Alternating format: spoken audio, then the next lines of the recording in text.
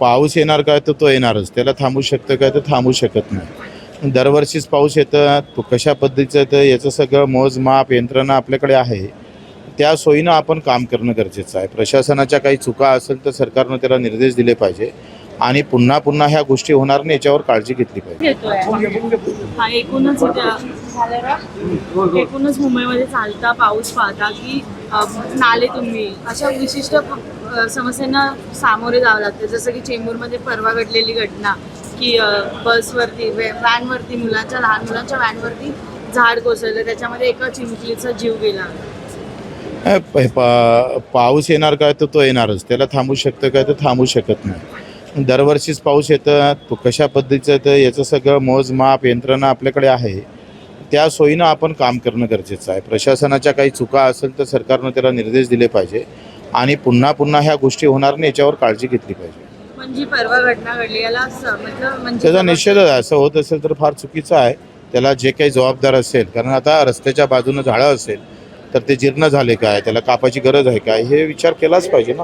Sir, राजकीय ह्याच्यातला प्रश्न की सचिन अहिर आल्यामुळे शिवसेना जी आहे ती ताकद निश्चितच मजबूती आल्याशिवाय राहणार नाही आणि सचिन सोबत सचिनची टीम सुद्धा आल्याशिवाय राहणार नाही. हा एकूणच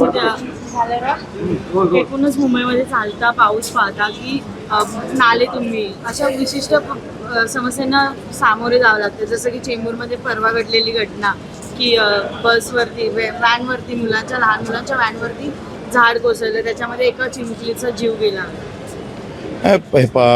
पाऊस येणार काय तर तो येणारच, त्याला थांबू शकतं काय तर थांबू शकत नाही. दरवर्षीच पाऊस येतं, तो कशा पद्धतीचं येतं याचं सगळं मोजमाप यंत्रणा आपल्याकडे आहे.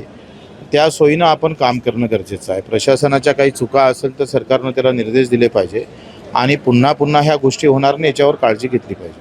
म्हणजे परवा घटना घडली याला त्याचा निषेध असं होत असेल तर फार चुकीचं आहे.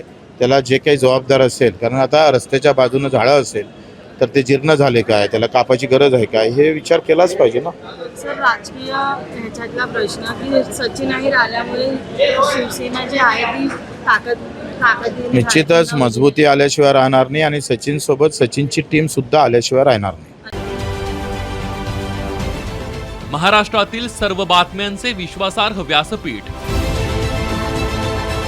सकाळच्या सर्व सोशल मीडिया प्लॅटफॉर्मला लाईक, फॉलो आणि सबस्क्राईब करा. तसंच सर्व नोटिफिकेशनसाठी बेल आयकॉन प्रेस करायला विसरू नका.